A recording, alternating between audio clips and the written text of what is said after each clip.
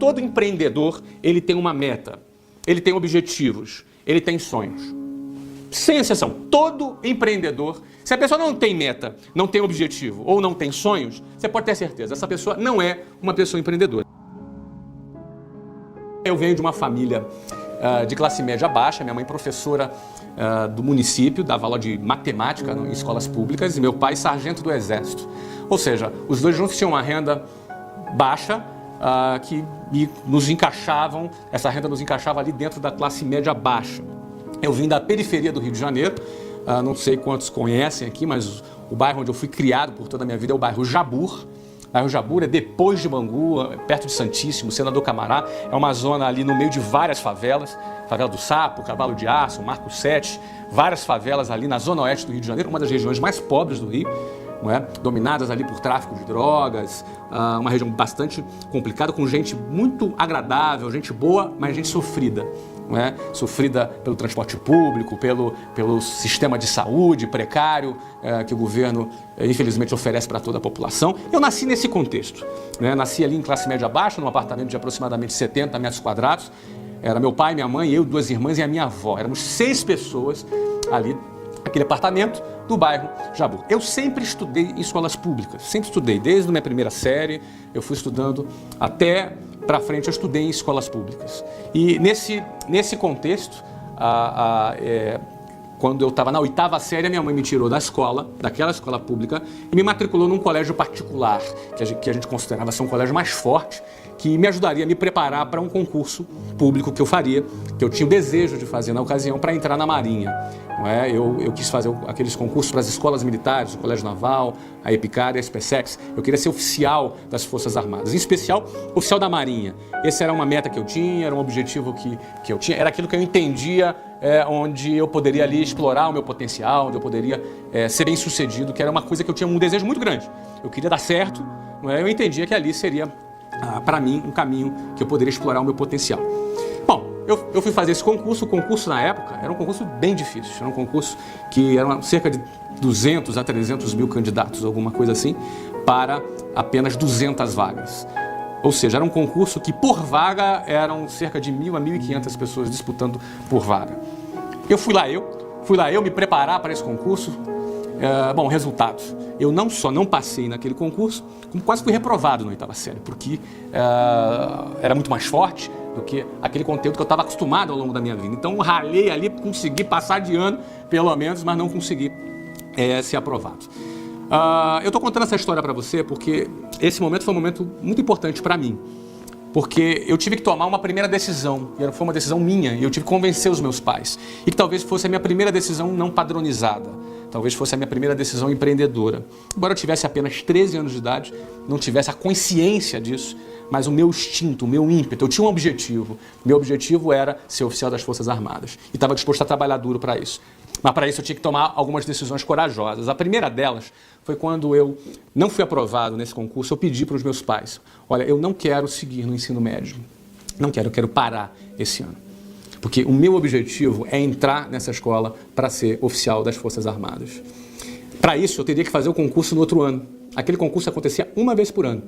Então, se eu entrasse já no primeiro ano do ensino médio, eu já estaria deixando de lado aquele meu objetivo. Porque o Colégio Naval ele é equivalente ao ensino médio, depois tem a Escola Naval, com mais 4 anos, equivalente ao curso superior, e a pessoa sai oficial das Forças Armadas. E era aquilo que eu queria, aquela era a minha decisão, aquele era o meu objetivo.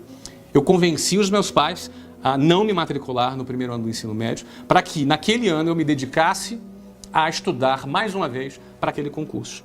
Né? Eu entendi que se eu me preparasse mais um ano, eu teria muitas chances de conquistar uma daquelas 200 vagas dentre os mais de 200 mil, ou quem sabe 300 mil candidatos. Eu só não me lembro se é 200 ou 300 mil candidatos. Bom, assim foi, meus pais me deram um voto de confiança, me permitiram que eu fizesse aquilo. Eu me matriculei num curso para me preparar e ralei pra caramba aquele ano. Eu estudei bastante, estudei como eu não tinha estudado minha vida inteira. Estudei fim de semana, de noite, eu me superei. Na minha referência, eu acho que eu tinha me superado. Chegou no final do ano, resultado. Qual foi o resultado? Eu não passei de novo. Mais uma vez eu não passei. Eu fiquei talvez entre os 500 primeiros dos 200 mil, mas isso não era suficiente. Eram apenas 200 vagas. Mais uma vez eu não passei. Eu com 14 anos, eu terminando, não entrei no ensino médio, E com 14 anos, eu não fui aprovado. Aconteceu o que talvez muitos temessem. Flávio, mas e se você não passa? Não importa, eu vou me dedicar, eu vou passar. E eu não passei. Eu fracassei, mais uma vez, naquele ano. Diante daquele resultado, obviamente, que nem eu e nem meus pais ficaram satisfeitos, mas ao mesmo tempo meus pais reconheceram bastante o quanto eu me dediquei. Talvez não o suficiente, mas eles viram o quanto, para um garoto de 14 anos de idade, o quanto eu tinha me dedicado ali naquele objetivo, mas eu não fui bem sucedido. Embora, tendo ficado entre os 500 primeiros, já foi um excelente resultado.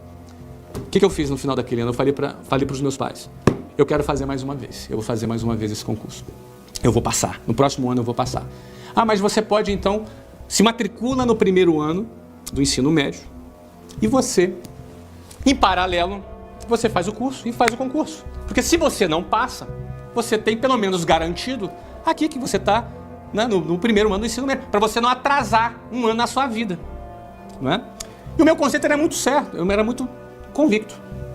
Atrasar um ano na minha vida era eu fazer o que eu não quero, o que eu queria, atingir aquilo que eu queria. Aquele era a minha meta, era meu objetivo, era meu sonho. Eu passando naquele ano, não faria nenhum sentido aquele ano, eu teria que voltar igual. Não, mas se você não passa? Não, não passa, eu vou me dedicar, eu vou pagar o preço que for necessário. Essa foi a minha decisão. Convenci os meus pais, mais uma vez, disso. Convenci os meus pais. E aquele ano eu falei, não, eu vou estudar 2 vezes. O que eu achei que eu estudei muito, então não foi suficiente. Eu vou estudar o dobro, vou estudar mais. Eu vou pegar pesado, eu vou estudar mais. Eu tinha agora 14 anos. E o que aconteceu?